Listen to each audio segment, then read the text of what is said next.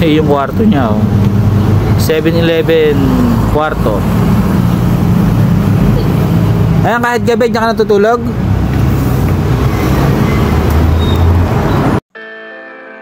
Mga kabulabog, dito habang kami ibibili ng mainom dito sa 7-Eleven Barangay Gatid, ay napansin ko ang isang paa ng tao dito sa tabi ng 7-Eleven. Kaya nilapitan po natin at tinignan, nakita natin parang isang binatilyo. Ngayon, tanghalian na kasi mga kabulabog, mga siguro ang oras nito ay mga 12:20 ganyan. Kaya ayun, naisip ko na ibili ng pagkain, baka nagugutom siya. Kaya ito mga kabulabog, ibinili natin at muli tayo lalapit sa kanya para ibigay itong pagkain at tanungin kung sino siya at kung taga saan siya, kung bakit siya na andon. Ayan po, lapitan po natin siya.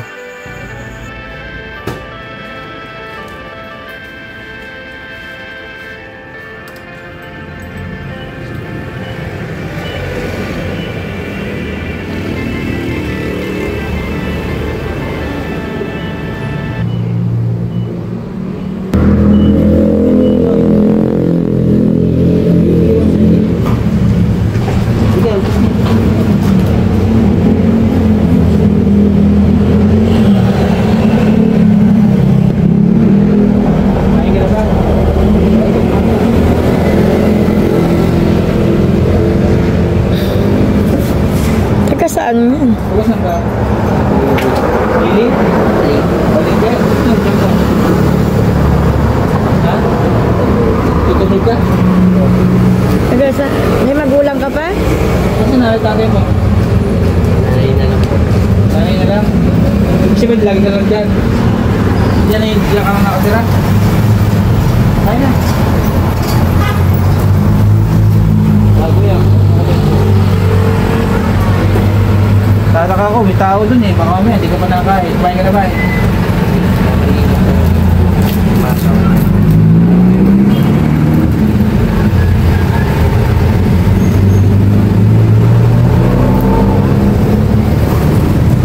Kasi may araw-araw ka dito. Hindi ka naawin ng balite. Saan ka sa balite? Lalim. Ay Pine. Saan? Danin? May mga ano ka ba? Kapatid. Solo ka na ka? Tapos nanay mo na lang. Kasi yan, ganyan. Dito ka na nakatira. Dito lang Palawi. Sige na, kaya na. Nagtutup si Toto eh. Wala kang inuuwian? Meron daw siya inuuwian. Hindi ka na nag-aaral.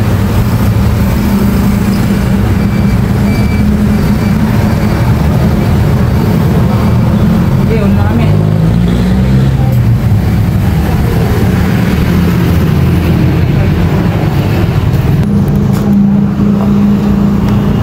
Yung kwarto niya, oh.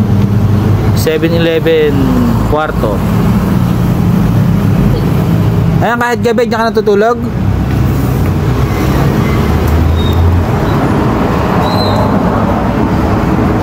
Buti hindi ka nababasa dyan.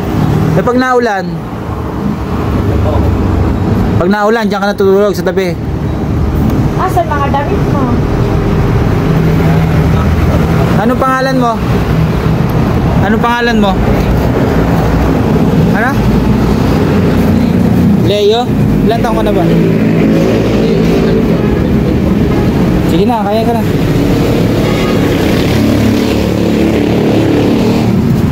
Buti kasya ka dito, ano?